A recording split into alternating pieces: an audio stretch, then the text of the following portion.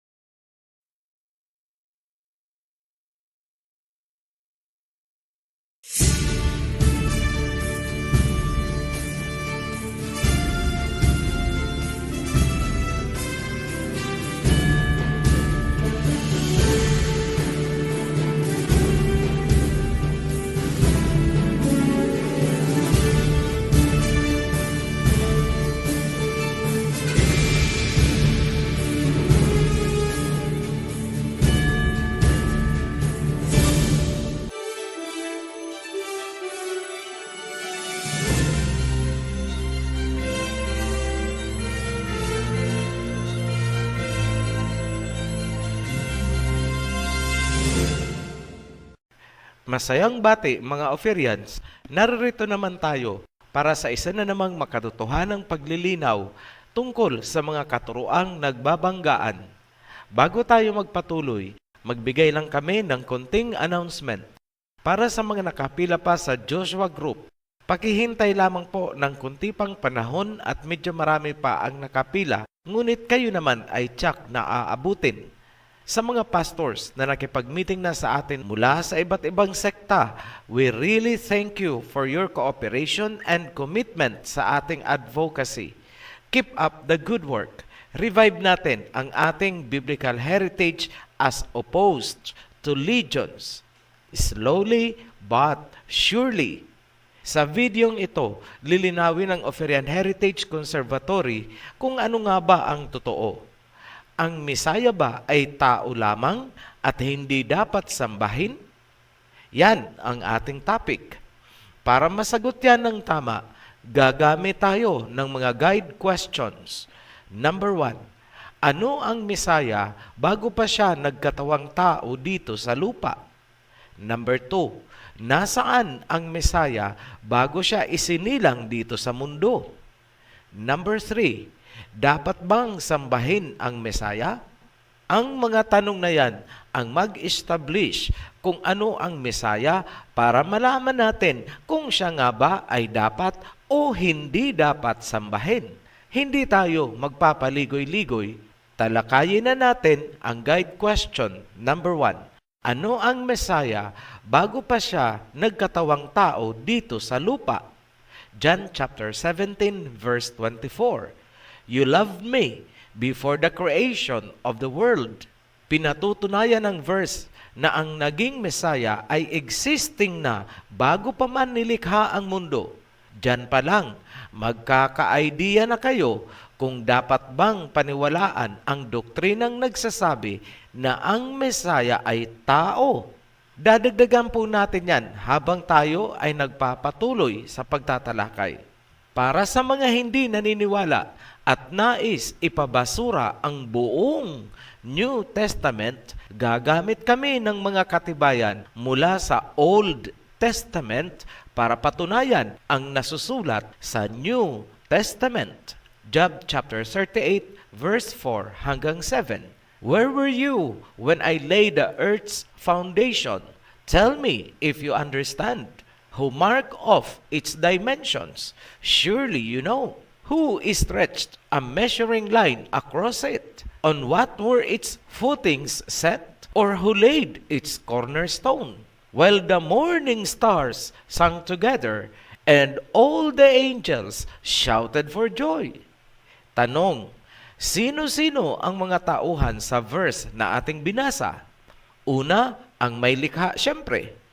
Then, may nababanggit na morning stars at mga sons of Elohim. Ang mga morning stars at sons of Elohim ay mga angels. Pag-uusapan natin ang morning stars. Sa Revelation, may namumukod tanging morning star. Revelation chapter 22 verse 16. I, Yahweh, have sent my angel to give you this testimony for the assemblies. I am the root and the offspring of David and the bright morning star. Ayan, sinabi ng Messiah na siya ang bright and morning star, ang root and offspring ni David. Sa makatuwid, ang Messiah ay isang high-ranking angel bilang morning star na nagkatawang tao dumaan sa angkan ni David. Ang morning star angel na ito ay presente na bago pa man nilikha ang mundo at ang unang tao. Silipin natin ang kaganapan na may kaugnayan sa paglikha ng tao. Genesis chapter 1 verse 26. Then Alahayam said, "Let us make mankind in our image, in our likeness, so that they may rule over the fish in the sea and the birds in the sky, over the livestock and all the wild animals, and over all the creatures that move along the ground." Tagalog, likhain natin ang tao ayon sa ating wangis. Let us create mankind. Ang emphasis po natin dito ay nasa unang sentence. Sino sa palagay nyo ang kausap ng Ama noong sinabi niyang likhain natin ang tao? Tandaan, ayon sa Job chapter 38, ang mga personalidad na presente during creation ay walang iba kundi ang Ama, mga morning stars at iba pang angheles. Sa makatuwid, ang kausap ng Ama ay ang kanyang mga high-ranking angels, the morning stars. Isa doon ang naging Messiah natin. Sa muli, tao ba siya? Pakinggan nyo ang inyong konsensya at huwag ang doktrina dahil ang Ama ay walang kasamang tao noong nilikha niya ang sanlibutan. Nasagot na natin ang unang guide question kung ano ba ang Messiah bago siya nagkatawang tao.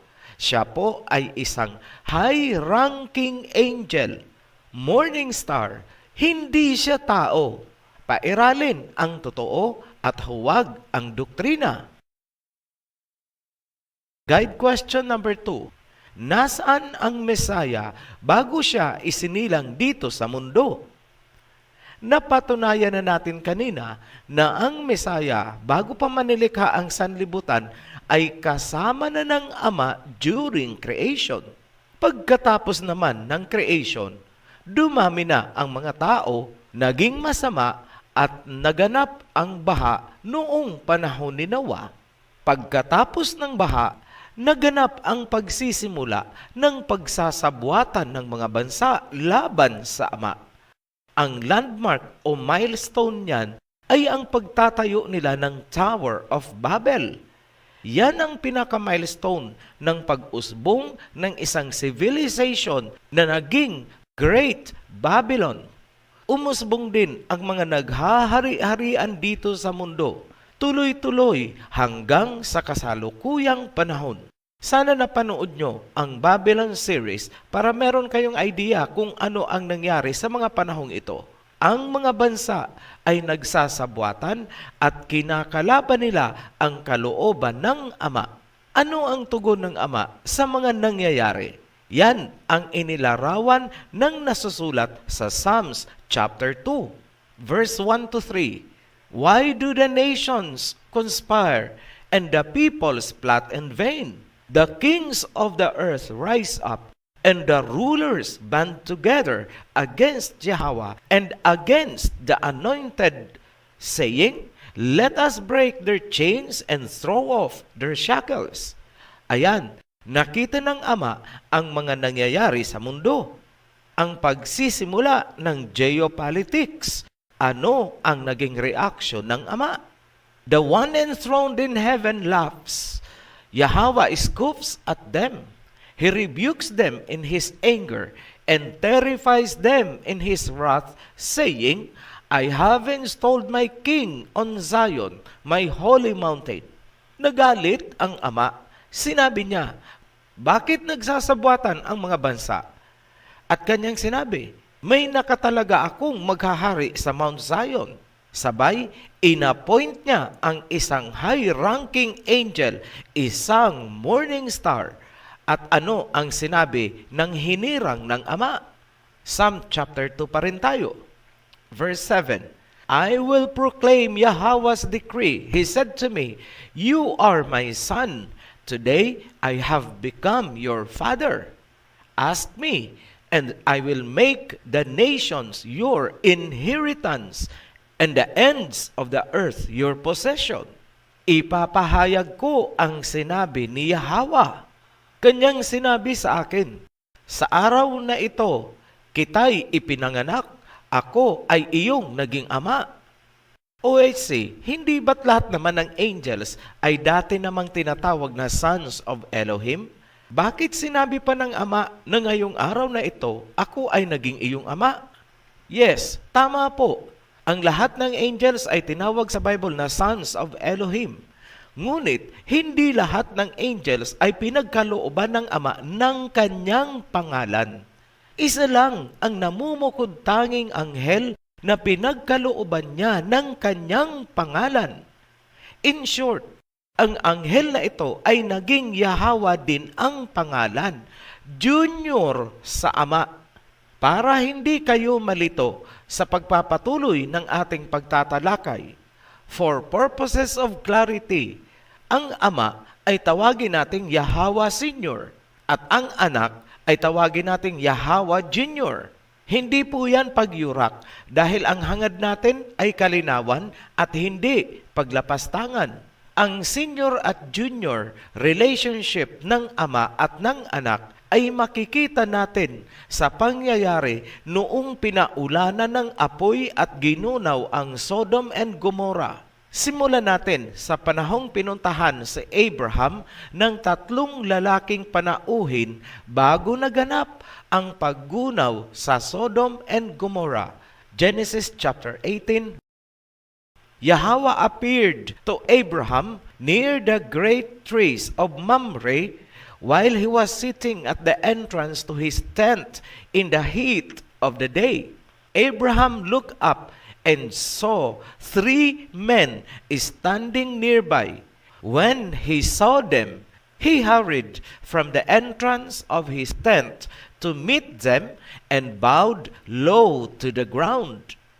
Ayan, nakipagkita si Yahweh Junior kay Abraham kasama ang 2 pang anghel. Ang appearance nila ay tao, 3 men. Ngunit nakilala sila ni Abraham, kung kaya nagpatira pa ito dikit ang kanyang mukha sa lupa. Ang pumunta kay Abraham ay si Yahweh Junior at hindi ang Yahweh Senior. Bakit namin nasabi na ang pumunta kay Abraham ay hindi ang Yahweh Senior, kundi ang Yahweh Junior? John chapter 1 verse 18. No one has ever seen Alahayam, but the one and only Son, who is himself Alahayam, and is in closest relationship with the Father, has made him known. Malinaw na sinabi, walang sino mang nakakita sa Yahweh Senior, kundi ang anak na si Yahweh Junior, na isa ring Alahayam o Elohim, at may pinakamalapit na relasyon sa Yahweh Senior. Sinamba ni Abraham si Yahweh Junior? Yes, nagpatira pa siya. Tandaan nyo yan. Ngayon, paano nilusaw ang Sodom and Gomorrah? Genesis chapter 19 verse 24. Then Yahweh rained down burning sulfur on Sodom and Gomorrah from Yahweh out of the heavens. At si Yahweh ay nagpaulan ng kumukulong asopre sa Sodom and Gomorrah mula kay Yahweh na nasa langit. Ayan, kitang-kita ang senior and junior relationship ng ama at ng anak. Nagtandem ang dalawa upang gunawin ang Sodom and Gomorrah. Ang Yahweh Junior na pinakain pa ni Abraham ang nagpaulan ng kumukulong asopre mula kay Yahweh Senior na nasa kalangitan. Isa pang pagpapatunay, ang sariling pangalan ni Yahweh Senior ay ipinangalan niya mismo kay Yahweh Junior. Exodus chapter 23 verse 20 hanggang 22. See, I am sending an angel ahead of you to guard you along the way and to bring you to the place I have prepared. Pay attention to him and listen to what he says. Do not rebel against him. He will not forgive your rebellion, since my name is in him. If you listen carefully to what he says and do all that I say, I will be an enemy to your enemies and I will oppose those who oppose you. Ayan na sa sulat. Ipinadala ng Ama ang isang anghel upang pangunahan sina Moses at pinagbilinan sila ng Ama na sumunod sa instruction ng anghel. Binalaan sila na huwag maging rebelde dahil hindi nito patatawarin ang rebellion sapagkat taglay nitong anghel ang pangalan ni Yahweh Senior.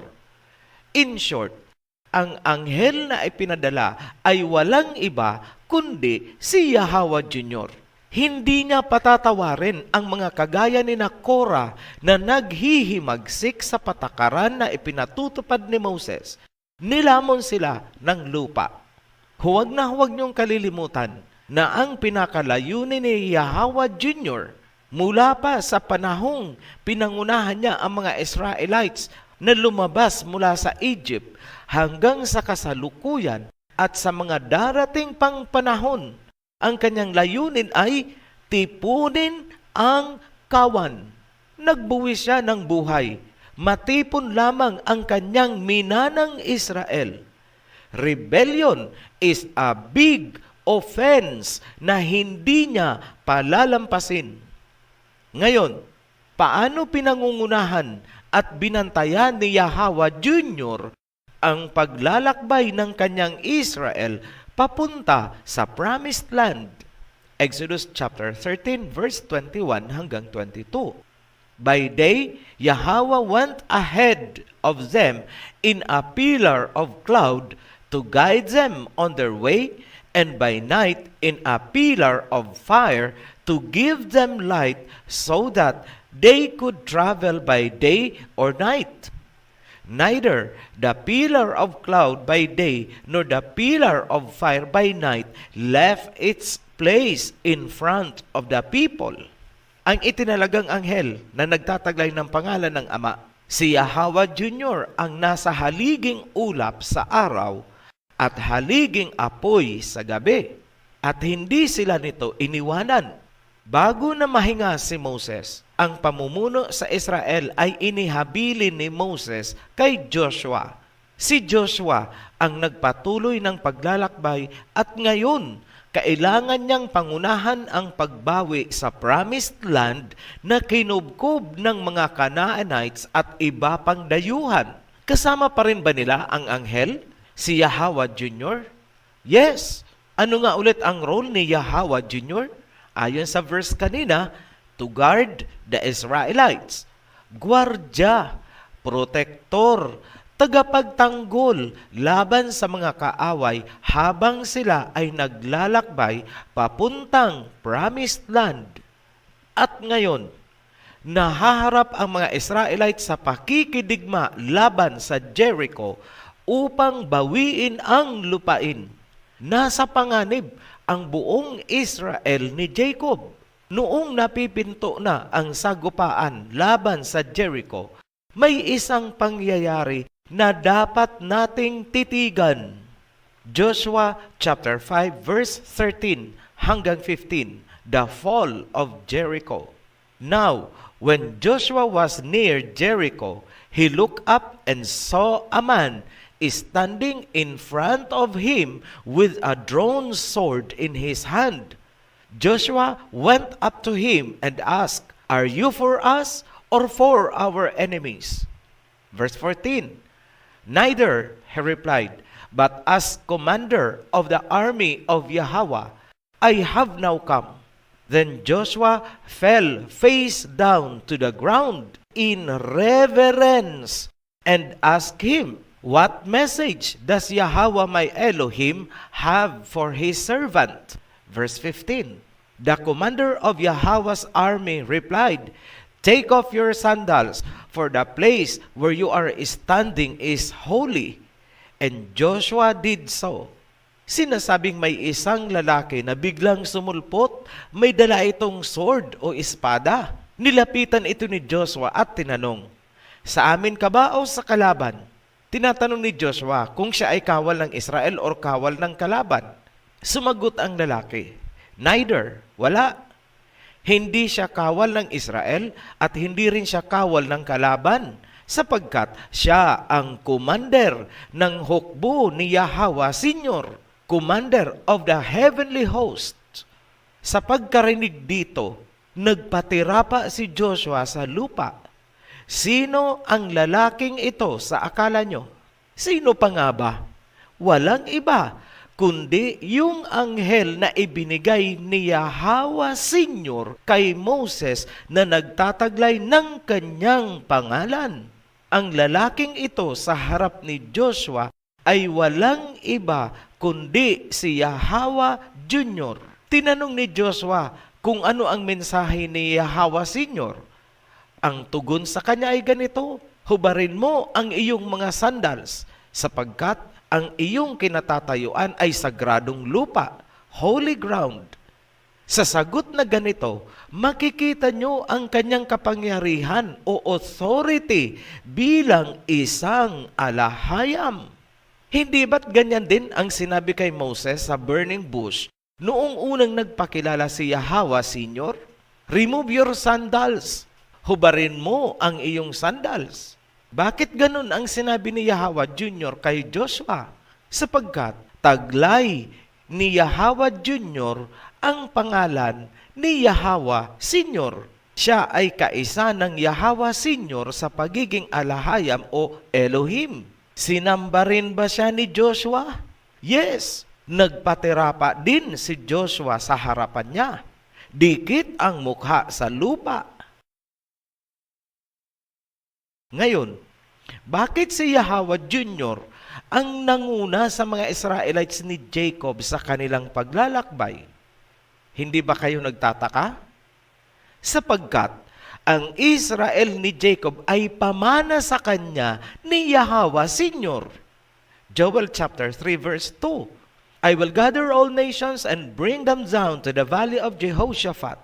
There I will put them on trial for what they did to my inheritance, my people Israel, because they scattered my people among the nations and divided up my land."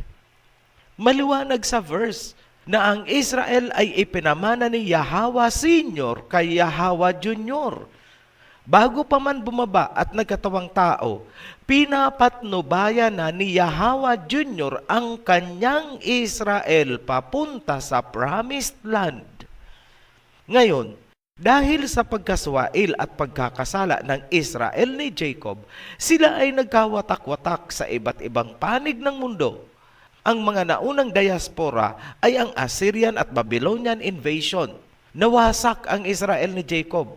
Ang nakabalik sa Jerusalem ay ang tribe of Judah na lang. Dito na nagkatawang tao si Yahweh Junior upang muling sagipin, tipunin, at gabayan tulad ng kanyang ginawa sa panahon ni Moses.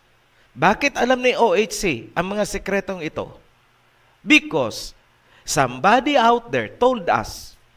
Ganun na lang po, para wala ng intriga. Ang katotohanan sa aming sinasabi ay pinatutunayan din sa Matthew chapter 15 verse 24. He answered, I was sent only to the lost sheep of Israel. Matthew chapter 10 verse 5 to 6. These 12 Yahweh sent out with the following instructions. Do not go among the Gentiles or enter any town of the Samaritans. Go rather to the lost sheep of Israel. Pansinin nyo, kung sino talaga ang pinuntahan ng Mesaya noong nagkatawang tao siya at ano ang purpose, i-connect nyo doon sa panahon ni Moses. Makikita nyo na ang purpose niya ay para tipunin ang kawan, ang Israel ni Jacob na kanyang minana mula kay Yahweh Senior. At tulad pa rin sa panahon ni Moses, taglay pa rin ng Mesaya ang pangalan na ibinigay sa kanya ng kanyang ama. Siya pa rin si Yahweh Junior. John chapter 5 verse 43. I have come in my Father's name, and you do not accept me. But if someone else comes in his own name, you will accept him. Bakit tinawag natin siyang Yahweh Shai at hindi Yahweh lang? Sapagkat ang ibig sabihin ng suffix na Shai ay He saves, He directs, He leads. Yahweh Shai technically means Yahweh saves, Yahweh leads. Kung paanong ipinakilala ni Yahweh Senior ang anak kay Moses bilang anghel na kanilang gabay o giya, muling ipinakilala din ng ama si Yahweh Junior sa mga tao noong ito ay nagkatawang tao. Tulad halimbawa, noong binautismuhan ni John ang Mesaya, nagsalita ang ama mula sa kalangitan. Matthew chapter 3 verse 17. And a voice from heaven said, This is my son, whom I love. With him I am well pleased. Ito ang sinabi. Ito ang sinisinta kong anak na aking kinalulugdan. Isa pang pagkakataon na muling ipinakilala ng Ama ang Mesaya ay sa Transfiguration kasama si Moses at Elijah. Matthew chapter 17 verse 3 to 5. Just then there appeared before them Moses and Elijah talking with Yahweh Shai. Verse 5. While he was still speaking, a bright cloud covered them, and a voice from the cloud said, This is my son, whom I love. With him I am well pleased. Listen to him. Ito ang aking sinisintang anak na lubos kong kinalulugdan. Makinig kayo sa kanya. He leads. Yan ang buong kahulugan ng mensahe mula kay Yahweh Senior upang ipakilala si Yahweh Junior. Bago namin sagutin ang pinaka-finale question, tao ba ang Mesaya at hindi dapat sambahin? Bago natin sagutin yan, sariwain muna natin ang mahahalagang punto na ating pinagdaanan. Number 1, ang Mesaya ay existing na bago pa man nilikha ang mundo. John chapter 17 verse 24. Number 2, sa panimula ng paglilikha, naruroon na ang mga angels, mga sons of Elohim at mga high-ranking angels na tinaguriang morning stars. Job chapter 38 verse 4 hanggang 7. Number 3, isa sa morning stars ay ang Mesaya King Yahweh Shai. Revelation chapter 22 verse 16. Number 4, ang mga high-ranking angels or morning stars ang kausap ng Ama noong nilikha ang tao. Genesis chapter 1 verse 26. Number 5, isa sa morning stars ang itinaas ng Ama bilang kanyang anak. Ibinigay dito ng Ama ang kanyang pangalan kung kaya tinaglay nito ang pangalan ng Ama. Sa puntong yan, siya ay naging Alahayam or Elohim dahil sa kaakibat na kapangyarihan at authority ng pangalan. Psalms chapter 2. Dito nagsimula ang concept of duality, Father and Son, Senior and Junior. Number 6, ang duality ng alahayam, Elohim, ay napatunayan noong pinaulanan ng kumukulong asopre ang Sodom and Gomorrah. Ipinakita ang tandem ng Yahweh Senior at Yahweh Junior. Genesis chapter 19 verse 24.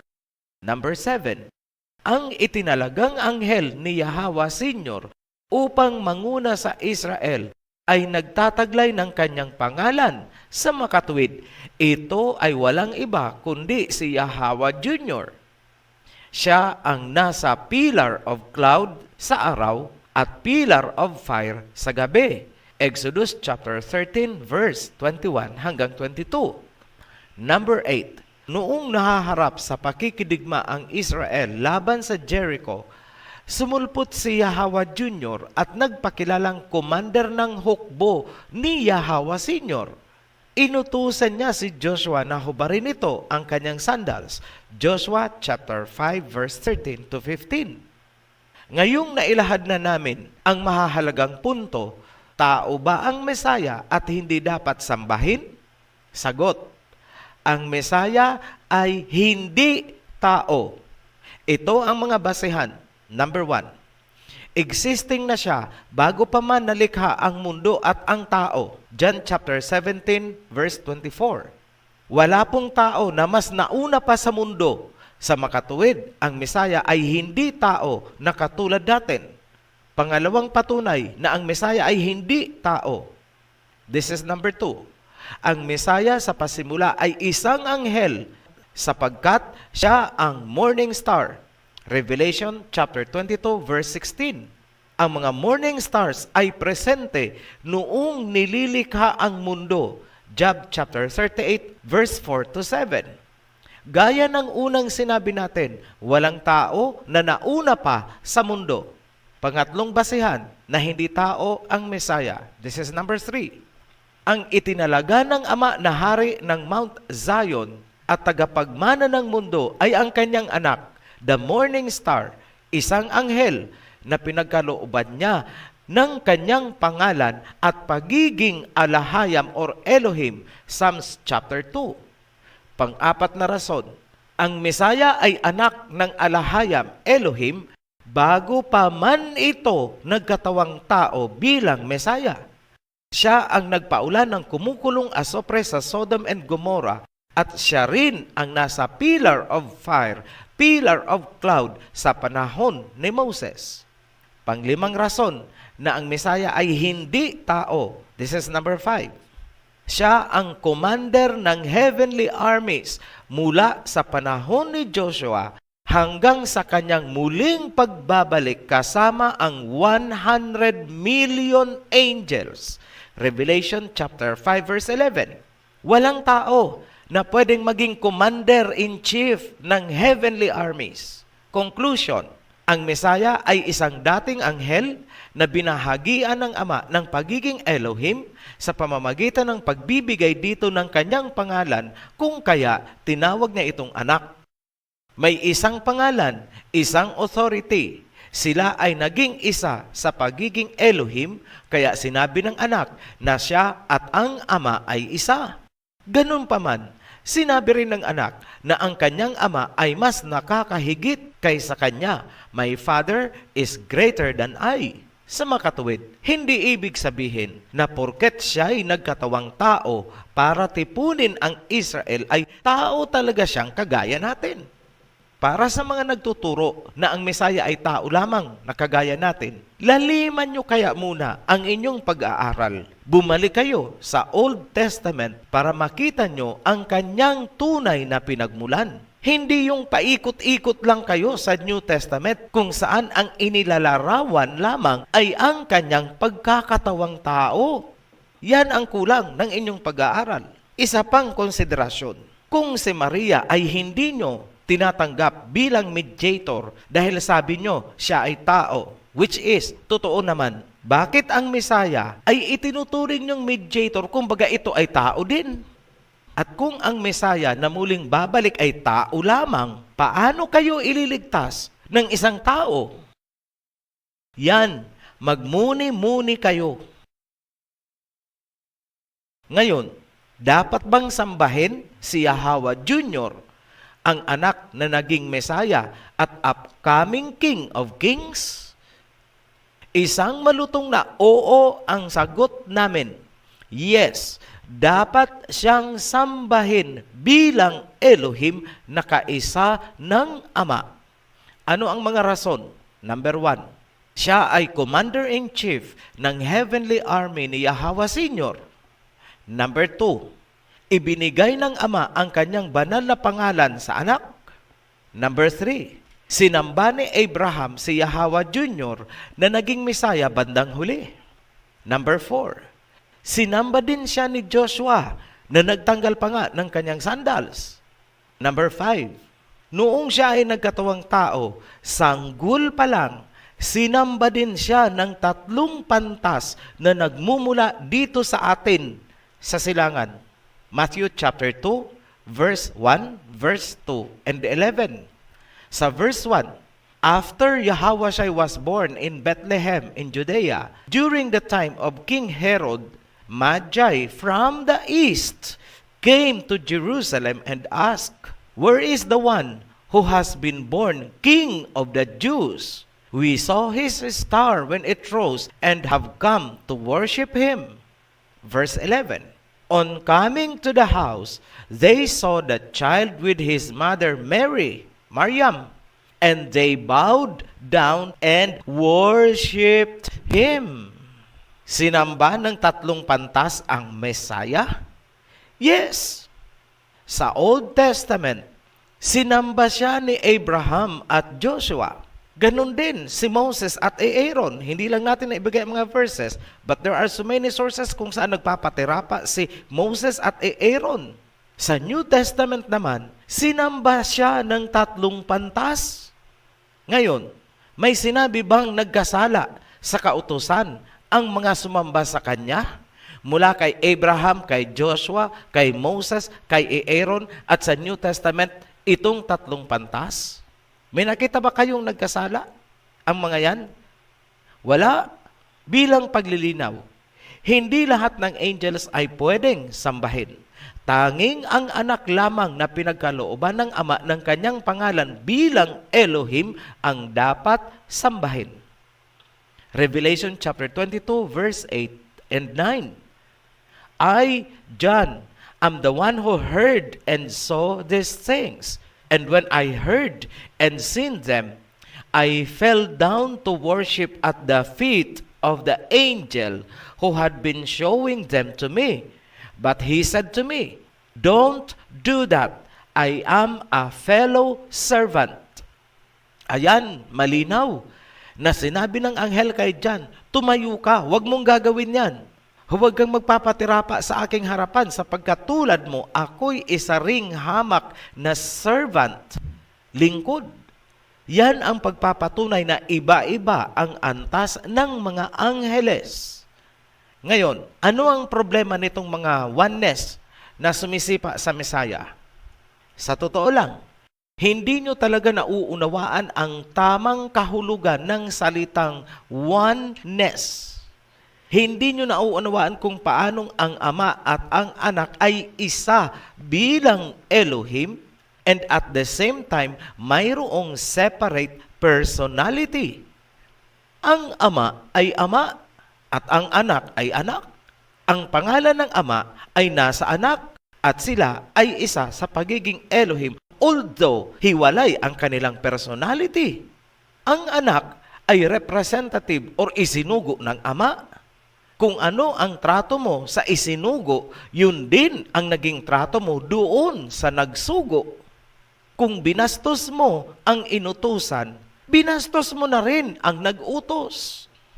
Kung nireject mo ang inutusan, in effect, nireject mo rin ang nag-utos. Kung hindi mo kinilala ang authority na ibinigay doon sa inutusang anak, hindi mo rin kinikilala ang pinagmula ng authority, yung Ama. Yan ang ibig sabihin ng I and the Father are one. They are one in authority. oneness. Isa sila sa pagiging Elohim, ngunit may hiwalay silang personality. Yan supposedly ang tamang kahulugan ng salitang oneness na inyong ginagamit, ngunit hindi nyo naman talaga nauunawaan. Mali po yung ginagawa ninyo na kinikick out ninyo ang anak dahil sabi nyo oneness. Hindi nyo naintindihan ang oneness. Aralin nyo muna bago kayo mag-formulate ng kung ano-anong doktrinang kalapastanganan. Yan ang babala namin sa inyo. Kapag ba sinamba mo ang Messiah, nagkasala ka ba sa first commandment ng 10 commandments? Unawaan nga natin ang first commandment. And Elohim spoke all these words. I am Yahweh your Elohim, who brought you out of Egypt, out of the land of slavery. You shall have no other Elohim before me. Tanong, ano ang pangalang ibinigay ng Ama at tinaglay ng kanyang anak? Yahweh. Sino ang nasa pillar of clouds at pillar of fire? Yahweh. Ano ang pangalan ng naglaba sa Israelites mula sa Egypt? Yahweh. Hindi ba't ang Ama at ang Anak ay naging isa sa pagka-Elohim? Dahil iisa ang kanilang pangalan? Pareho silang Yahweh. At dahil sa pangalan yan, kung kaya ang Anak ay sinamba ni Abraham, ni Joshua, ni Moses. At sa New Testament, sinamba rin ng 3 pantas mula sa silangan. At wala ni isa man sa kanila ang sinabing nagkasala sa kautusan. Hindi nyo ba napapansin na mali ang inyong interpretation? Ito, para sa lahat na hindi kumikilala o ayaw kumilala sa Messiah, pinatunayan na namin sa inyo mula pa sa Old Testament na ang Messiah ay legitimate na anak mula mismo sa pananalita ng Ama at sa mga panulat ng mga propeta. Tandaan nyo ito. John chapter 14 verse 6. No one comes to the Father except through the Son.